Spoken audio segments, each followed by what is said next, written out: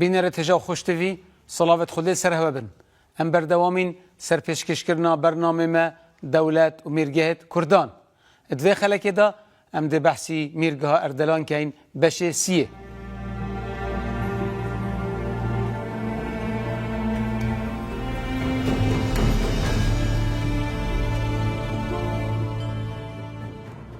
بینەرە تێژا و خۆشتوی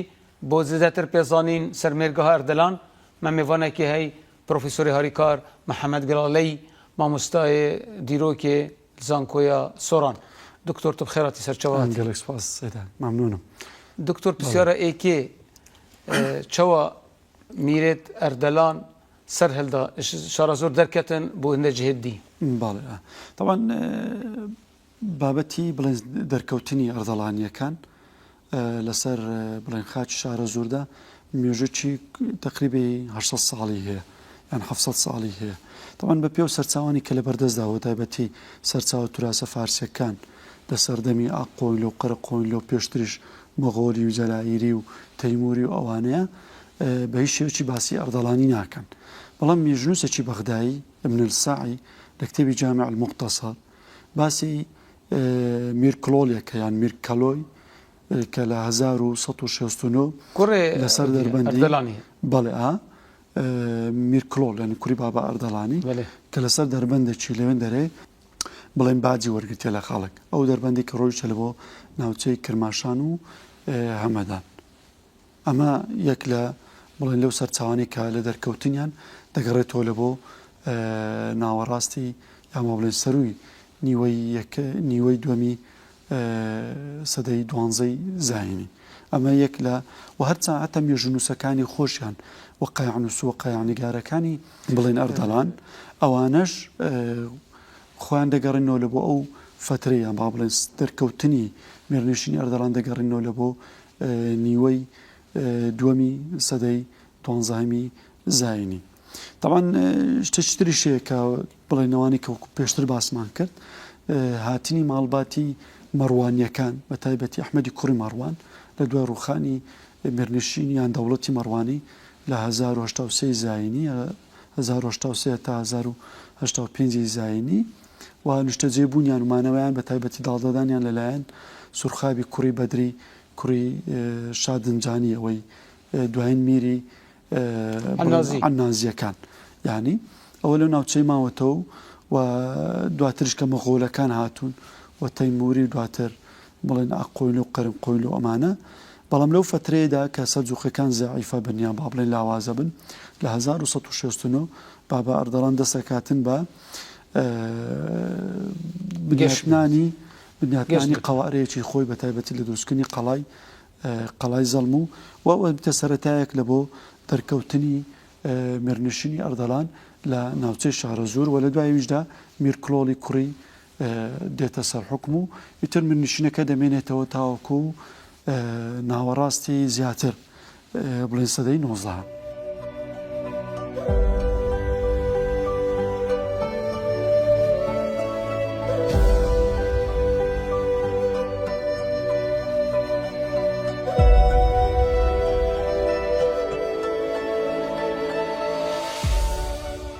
دکتۆر خەلەکە بۆریدا ئەم نەگەهشتین باسی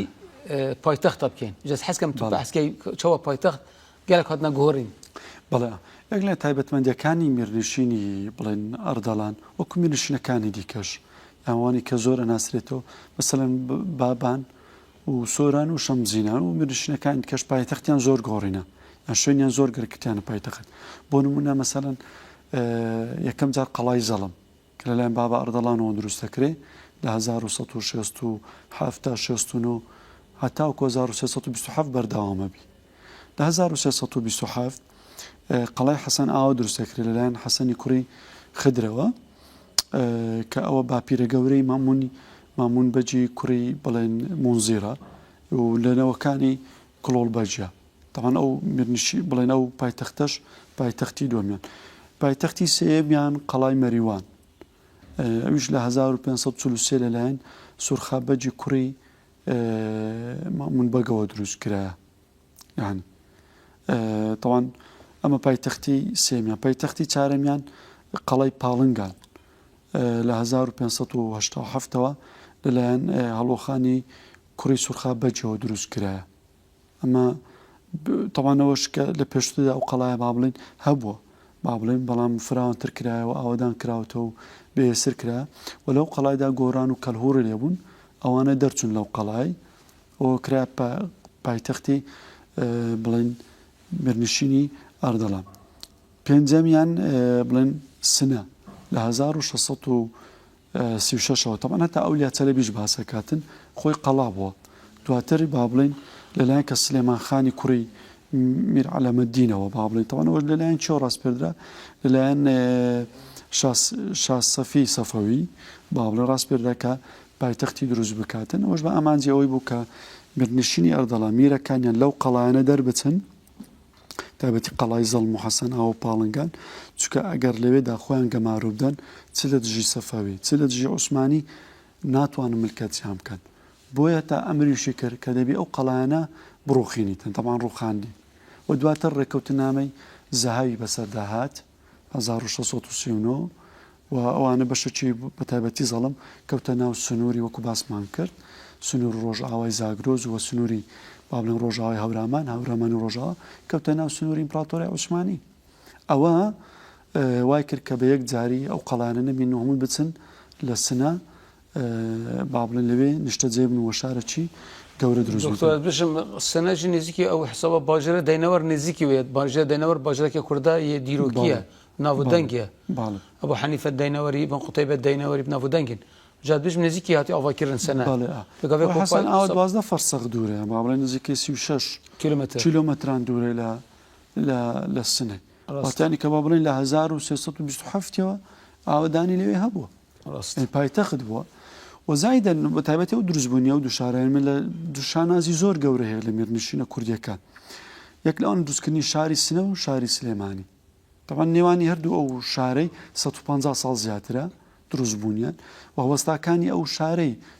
سنەش سلێمانیش دروست دەکەن تایبەتی لە بینایەکان و ئەوانی کەماونەتەوە باڵێت 150 ساڵ نێوانیانە، بەڵام نەوە و نەتیجەکانی وەستایەکانی یەکەمی دروستکردنی شاری سنە ئەوان هەر بە وەستای ماوبوونەوە لە سنەی دواتر دێن هاریکاری ئیبراهیم پاشای بابانی شەکردن لە دروستکردنی شاری سلێمانی بە تایبەتی لە باڵەخانەکان. تەمانەوە زۆر گرینگە لەبەرەوە ئێستا ئەو دوو شارەش لەلایەن ڕێکخراوی یونسکۆی جیهانی یاماڵە ڕێکخراوی یونسکۆ کە سەر بەرنێتەوەی گرتوەکانە وەکو دوو شاری فەرهەنگی کولتوری ئەدەبی لە جیهان تۆماری کردون. لێرە مەبەستم خاڵەکە چییە؟ خاڵەکە ئەوەیەکەوە میراتی میرنشینە کوردیەکان میراتەکی زۆر جێگای شانازی وە گرینگە و هەردوو شاریش سنە و سلێمانی یەکێکن لە دوو شارە هەرە زیندوەکانی نێو کوردستانی گەورە. ڕاستە تاوەکو ئێستا کاریگەریشان هەیە با بڵێن لە ڕووی کولتوری و سیاسی و فەرهەنگی و ئەدەبی و کۆمەڵایەتی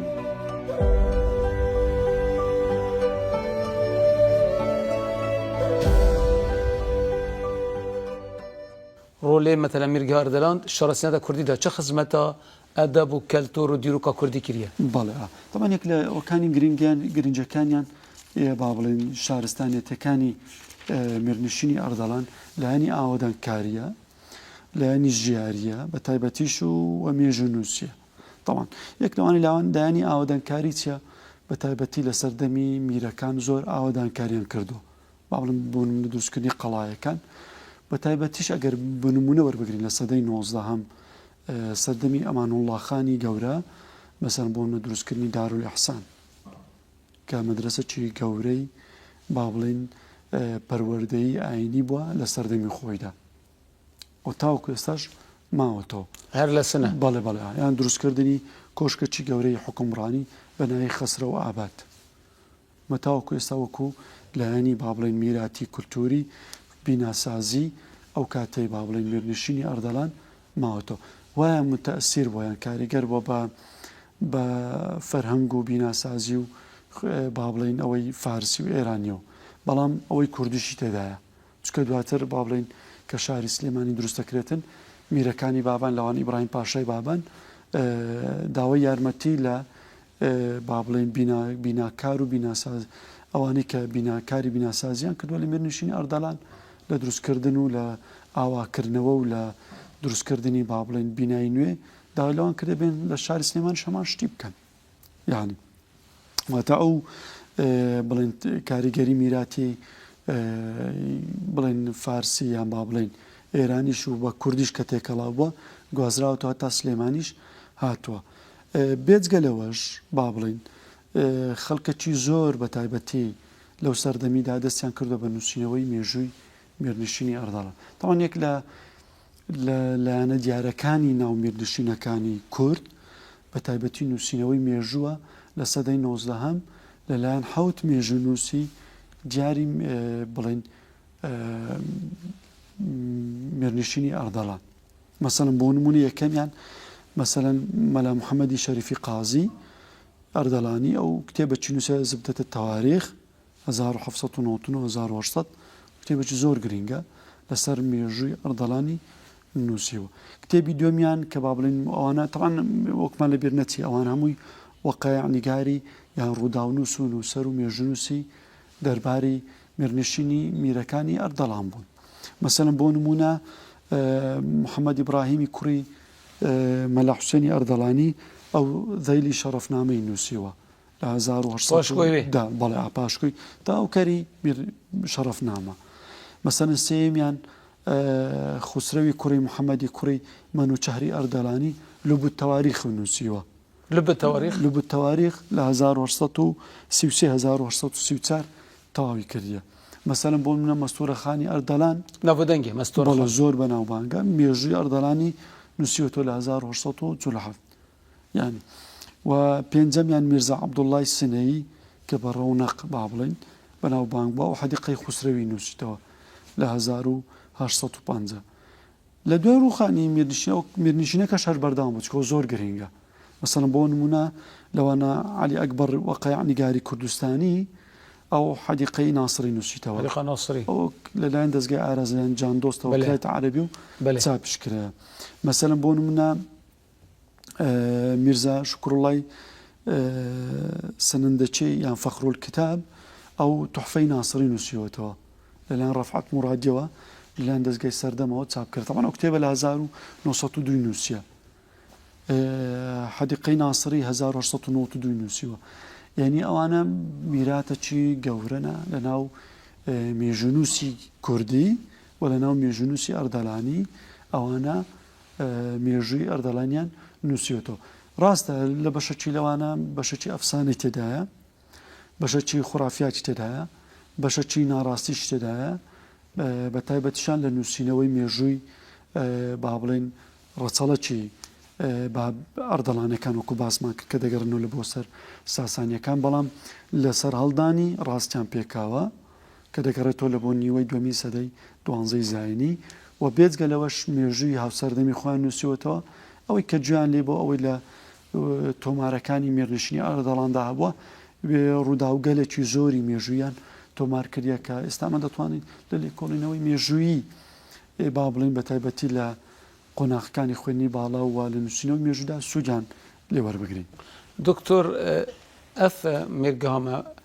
یا سەردەمانەوە سەرگەل دەولەتێت فارس ئەنێ تورکمانە ئەمێ کۆ حکم الئیرانی کردی ماذا دولة صفوي بيت يا زندي بيت يا قاجاري بيت بجلبي طبي مذهبي ومذهب الشيعة مذهبون أو شكرت كيرن سر مرجع أردلان كير يعني كمير عن كملة كرد شيء ملة كرد كسنة مذهبون وطريقة الصوفي نافذهبون هذا طريقة النقشبندي وقادر نافذهبون شو تأثير ليه بو تشيعة كسياسي أني هما وصل كملة بو شيعة كشوابو طبعا ڕووداوەکی زۆر گرنگ هەیە بە ناوی ڕاپەڕینی کاروانسەرا لە میرنشینی ئەردەڵان لە 1953 ئەوەیە کە کاتێک کە ئەمەنوڵڵاخانی دووەم کە دەیە مەزهبی خۆ بگۆڕی طبعا ئەو مێزەبە کە کەوتو مەزهبی شێخی کە سەر بە شیعی دوانزە ئیمامی بووە کابرای بۆ بە ناوی زەینەدینی ئەحمەد زەینەدینی ئەحسایی کتێبێکی هەیە بە ناوی کەشف الغیتا طبعا ئەو کەسایەتیە نزانایە 104 کتێبیانە بەس ئەوان پەرەی پێدایە بە ڕوکنەکانی ئیسلام با بڵێم ئەوەی کە لە مەزهبی خۆیان بە تایبەتی کە ڕوکنی چارەمی دروست کرد بە ناوی ویلایەتی فەقێ و بڵێن ملکەتبوون لە بۆ دەسەڵاتدار ئەو ملکەتبوونە لە بۆ دەسەڵاتدارە طبعا ئەو کەسایەتە کە هات کەسایەتێک هاتە منطقەی بە ناوی ئەردەڵان بە ناوی میرزا عەبدولسەمەد بوو. ئەو میرزا عەبدولسەمەدە نوێنەری چێ بوو؟ نوێنەری حاجی کەریم خانی کرمانی بوو. کرمانی سوێتە ڕوکنیە بەڵێ ڕوکنیە طریقە ڕوکنیە بەڵێ ئەو طریقەتە ئەو کەهینا لەناو ئەوەی کە خەڵک پێی قبوڵ نەکرا. طبعا ئەوە وەکو پێچەوانی ئەوە بۆ کە دەڵێ الناس على دین ملوکی خەڵک ئەوەی ڕەتکردەوەی نەبوو. طبعا ئەوە شەکی زۆر پێچەوانە بوو لەبەرەوەی ئەوانە خەڵکە کە هەمووی کۆبەوە لە کاروانسەرای بڵێن شاری سنە و نامەی ناڕازاییان نار لە بۆ ئەمانوڵڵا خان و هەروەها نامیان نار لە بۆ شێخەکانی تەوێڵا بەتایبەتی ئەو کاتە شێخ عوسمان سرازەدینی یەکەم کە ناڕازی بوو و ئەوە خەڵک زۆر بڵێن ڕاپەڕینی کرد کە ڕاپەڕینەکەی کرد کوشتارێکی زۆر ڕوویدا. کوشتار چێ بوو؟ بەڵێ تەمانەوەی کە ئەمانوڵڵا خان تۆپی بەردەسەر بینایی حکوومەت سەر حکوومەت لەوێ تۆپی بە خەڵکەوەنا خەڵکەکی زۆر کوژرا لەو ڕوودا. حادثەکی ساڵ بووە 1953 بەڵێ بەلەوە خاندنێ چەند 15 ساڵەکەوسا. بەڵێ تەمان ئەوە یەک لە سەبەبەکانی ئەوەی بوو کە خەڵک پشت بکاتە مێرنشینی ئاردەڵان حتا کە ئەمە یەکە لە هۆکارە دەرەچەکان و ڕوخانی مێرنشینی ئاردەڵان و هەروەها کە کاتێک لە 1967 کە مێرنشینی ئاردەڵان ئەڕوخێتن کە کۆتایی پێدەهێنرێتن بەلای خەڵکەوە هیچ کاردانەوەیەک نابێت لەبەرەوەی مەسەلی مەسەبەکەی گۆڕی ئەو ئەمانەڵی وەکرا بەس ئەو جەریمە بوو یانی ملەتی هو قەسف کرد بە تۆپە بەڵێ ئەو کاتی وای کرد وعقيدة بزوري كاب جورد ودكتور وعقيدة بيجي وعقيدة شيخي هدجي مذهبي سنا 20 كها بله قبل ناكت بله قبولنا صدق بدعة مذهبي ده بله وابونا سببكو طريقة كشفي شبت وفيش تبي بابي شبت وبهائي شبت او زي قافت سي كارتر كن شكل يعني شيخي ركني كشفي بابي بهائي ساكي تسلسل اوش شيب لبالبو فتح علي شاي قاجاري لو چونکە ئەوە داوای ئەوێ کرد کە دەوڵەتێکی مرکزی لە هێران دروست ببیتن و تەرجەمەکردنی لەسەر ئەرزی واقعدا لە بووی کە خەڵک هەمووی ئیتاعی چێ بکاتن ئیتاعی وەلی ئەمری بکات وەلی ئەمری بکاتن قەزی وەلی ئەمری لە قەزەکە مەسەلەی وەلی ئەمر بوو چونکە لەو بڵێن ئەو کاتی دەوڵەتی قاجاری لە مەنتیقی خوراسان ئەگەر وەربگرین لەگەڵ بلوچستان بەس تەنها کوردستان مابوو لە ڕۆژاوای ئێراندا کە ببیتە شیع مەذهب بەتایبەتیش ئەو منطقەی با بڵێن باکووری ڕۆژهەڵاتی کوردستان و ئەوانە چکە باشوورەکەی کرماشانە شیع مەذهب بوو کردبوونە شیعوەری و سەفەوی کردبوونە شیعەکە کوردستان نەبوون هەمی شیع مەذهب بەرەوە ناوچێ لەسەر هێڵی بڵێن ناوچە عتبات المقدس ئەوڕێ بوو و بە زۆریش بەتایبەتی چکە لەوێ هۆزیدی کێشی عینینا نیشتە جێیان کرد و ئەوانە بە زۆر بوونە شیعە بەس تەنها باکووری ڕۆژهەڵاتی کوردستان مابوو ئەو بەشانی کە دیکە کە ببنە شیعە ئەوانە لەو ڕێی ئەو مەذهبی شێخیەوە ویستیان ئەوەی بکاتن ئەو ئاڵنگارێکی زۆر گەورە و لە بەردەمی خەڵکی ئەو کاتیدا خەڵک قبوڵی نەکرد بە هیچ شێوەیەک یعنی دکتۆر میرگار دلان ئەتبێژم گەلێک کام میرە حکیمکە بێژی 5 میر طبعا 55 میر بوون میرەکانیان زۆرن یعنی بەس بەڵام میری قەیوم یعنی کە لەسەر طبعا ئەوانی یەکەمیان بابا ئەردەڵانە ئەوە دامەزرێنەرە ئەو چنە بەڵێ ئەو یەک لەوەکان دووەم میر کلۆڵە کوڕێوی بەڵێ ئەوە کو باسمان کرد لەسەر توراسی ئیسلامیەکانیش تایبەتی لەلایەن مێژنووسی بەغدادی و ابن ساعیش ناوی هاتووە و هەتا دکتۆر زرار سەدیق دەڵێ غدرە پێی بڵێن میر کلۆڵ لەوان کەلۆی بی یان مەکڵوای بی یان ئەوە بیت دکتۆرە میرە دومای کەوێت مەبودەنگ ئەوانی کە زۆر بەناوبانگ بووینە بە تایبەتی یەک لەوانم بێگە بێک مەمون بەک و سورخا بەک کە باسمان کرد هەروەها هەڵۆخان و خان ئەحمەد خان زۆر کەبیر بێژێ بەڵێ زۆر بەناوبانگ بووینە میریەوە کە خەسرەوخانیش زۆر بەناوبانگ بووە خەسرەوخانی یەکەمی گەورە میری هەرە بەناو دەنجان ئەو کە لە کۆتاییەکان نزیکە بیتەوە میری ئەوەیە میر ئەمانوڵڵا خانی گەورەیە تەمەن لە 1999 هەتاوەکو 1924 حکوم ئەکاتن ئەوان میرەکی زۆر بەناو و دەنگا ینی ئەوە بیتن تەمەن ئەوانە کە دوای ئەوە مریتن خسرەوی ناکام دێتن ئەوە دوو کوڕێ بیتن بە تایبەتی ڕەزا قولی خان و ئەمان وڵڵا خان ئەوانە کەونە دژبەرایەتی یەکدی و میرنشینەکەی زۆر زۆر لاوازەکەن شتی بابا نییە بەڵێ ئەو بتە هۆکاری ئەوەی کە هەم سەفەوی هەم عوسمانی زۆر دەستوێردان بکەن دەستێوەردان بکەن لە میرنشینی ئەردەڵاندا وەختی قاجاری بوون بەڵێ قازاری بەڵێ تەمانەوەش گەڕایە سەر ئەوەی کە بێتەوەی سەر هۆکاری ڕوخانی میرنشینەکەی نزیکویتەوە تەمان دوو لایەنە بوون الله ساسکەم تو باسی ئەو بکەوێژە ڕوخان دەچێگە نزیک هۆکاری ڕوخانەکانی مەسەلەن دوو لایەنە هۆکاری ناوخۆی هۆکاری دەرەچێ هۆکاری ناوخۆیەکەی بە تایبەتی یەکەمیان هاتنی میری لاواز بوون وەکو باسمان کرد لە دەسەڵاتدا زۆر زۆر لاواز و بێتوانە بوون دووەمیان بە تایبەتی خەسرەوی ناکام کە بە بڵێن لەگەڵ ڕەزا قولی خان ئۆمانە و زائیدەن بڵێن عەفوەن ئەمان وڵڵا خان ئەوانە زۆر کەوتنە دژبەرایەتی یەکدی و بە تایبەتی ژنەکانیان بە تایبەتی دایکەکانیان وەکو حوسنی جیهان خانم ئەوە زۆر زۆر با بڵێن دەستکاری ناو ماڵی ئەوەی کرد ئەو دوو کوڕی زۆر بەگژێکدا ئەکرد هەروەها کۆچەکان نێو بنە ماڵە ئەردەڵانیەکان ئەوانە بە تایبەتی وەکو باسمان کرد لەلایەن ڕەزا قولی خان و ئەمان وڵڵا خان و سێهەمیان ڕاپەڕینی هەورامیەکان سانەکان ینی خانەکانی هەورامان ئامادە نەبوون بە هیچ شێوەیەک باج بدەنە ئەردەڵانیەکان ئەوەش بۆی ئەو کەمیرەکانیان لاواز و بێتوانە بوون ئەو زۆر دەور و تەسیری هەبوو کە دەسەڵاتێکی دیکەی لە ناو میرنشینی ئەردەڵاندا قوت کردەوە بە ناوی سانەکانی هەورامان و هۆکاری چوارەمیان هەر لە هۆکارە ناوخۆییەکان لە دەستدانی پشتیوانی خەڵک بوو بە تایبەتی یەکەم لە بڵاوبوونەوەی گەندەڵی و دەسەڵاتی میرەکان و خراپی مامەڵی میرەکان بە تایبەتی و ئاخر شتیش مەسەلێک لەوانە مەسەلەن گۆڕینی مەزهەب وەکو باسمان کرد ئەو گەلە گەنمونەوەی هەوڕەمان سنە نەخشەبەندی بوون و نەخشەبەندی دژی ئەوە قبیل ناکە شیعەتی بەڵاو هەورامان سێ بەش ڕاستی هەورامانی تەخت هەورامانی لەهۆر و هەورامانی ژاوەڕۆ ینی کوێستان زۆزانەکان ئەوانە دەور و تەسیری زۆریان چکە لۆ یەکێک لە سەرچاوەکانی داهاتی میرنشینی ئەردەڵاندا چ بوو منتقی هەورامان بوو لۆ لەبەرەوەی ناوچەکی زۆر گەورەی کوشت و کاڵی و ئاژەڵداری بوو و یەکێک بوو لە پایەکانی ئابووری با بڵین میرنشینی ئەردەڵان و ئەوانە هیچ کاتێک ئامادە نەبوو بە تایبەتی کە ڕاپەڕینی هەورامیەکان کە دروست بوو ئامادە نەبوون باج و سەرانە و جەزیە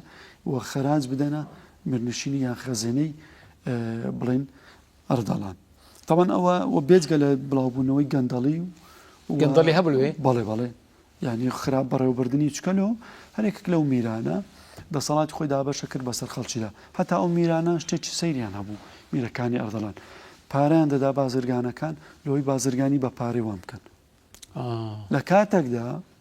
لە کاتێکدا ئەو پارەی خەڵک بوو دەبای ئەوە لە پرۆژە ئاوەکاریەکان لە پرۆژەی خوێندەواریەکان لە پرۆژە زانستیەکان بەڵێ یانی ئەو میرەکان پارەی خەڵکیان کە بە سەرانە و بە بازیان وەرەگرت کە داهات و ئەوەی کە داهاتەوە خەزانەی ئەردەڵان ئەو پاران لە خەڵک سەرف ناکرد بەڵکو ئەو پاران ئەدا بازرگانەکان بڕۆن بازرگانی پێ بکەن لە خاچی قاجار و خاچی عوسمانیدا ئەوە مەچی بڵاو کردەوە هەژاری و نەخۆشی و برسەتی و دزی و ڕاوڕوتی بڵاو کردەوە لە کوردستان ینی ئەوە بووە سەرچاوی چێ کە پاڵپشتی ڕۆژ بە ڕۆژ لە بۆ میرنشینی ئەردەڵاندا زۆر زۆر کەم ببیتەوە یعنی ئەمە مەسەن هۆکارە ناوخۆیەکان لە هۆکارە دەرەچەکان بەڕاستی دەستێوەردانی شاکانی قاجاری ینی بە تایبەتی شاکانی قاجاری و کاتە زۆر دەستیان لە کاروباری قاجاری وەرە لۆ چکە لەبەی میرەکانی لاواز بوون میرەکانی خەڵکیان لەگەڵدا نەبوو میرەکانیان زیاتر مژوڵی کاروباری ناوخۆی و ینی هەوەس و ئارەزووی خۆیان بوون لە دوای تێرکردنی هەوەس و ئارەزوی خۆیان بوون مەسلحەتە خۆی شخصی بەڵێ شخصی ینی و بە بەرژەوەندی خوان لەسەروی بەرژەوەندی ڕعیەتەکانی میرنشینی ئەردەڵان مەسەلەن دائانە ئەوەشی دکتۆر تاسیرە ئەبێ سەر عثمانی لەسەر قاجاریە مرکزیەت وەتی سوڵتانی محمودی دوێ دوێنی باسی ئەوەیەکەین کە بەستنەوەی میرەکانی ئەردەڵان بە تایبەتی شاکانی قاجاری هەر لەسەر دەمی هەڵەوخانەوە ئەحمەد خان کە شەعباسی سەفەوی خوشکا خۆی دایە کلااوزەری دایە بله بله و هاتو دوای ئینقلابی لەسەر باوکی خۆی کرد لە 1616 ئەوی لە شوێندا ئەنا و ئەمە مەسەن بۆ لە ڕێی ژن و ژنخوازی زۆر لاوازیان کردن ئەمە خاڵی سێم وە سیاسەتی بەناوەندیکردن لە دەوڵەتی قاجاری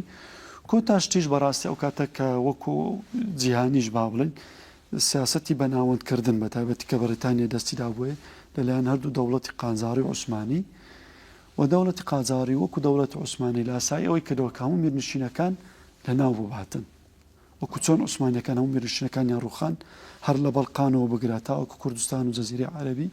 بە هەمان شێوەش دەوڵەتی قاجاری میرنشینی ئەردەڵانی ڕوخاند و کۆتایی پێنا لە 1867 دکتۆر زۆر سپاس بۆ پێزانینت گەلێک گرنگ زۆر سپاس بۆ میوانداری ئێوەش و دەستان خۆش بیاخۆ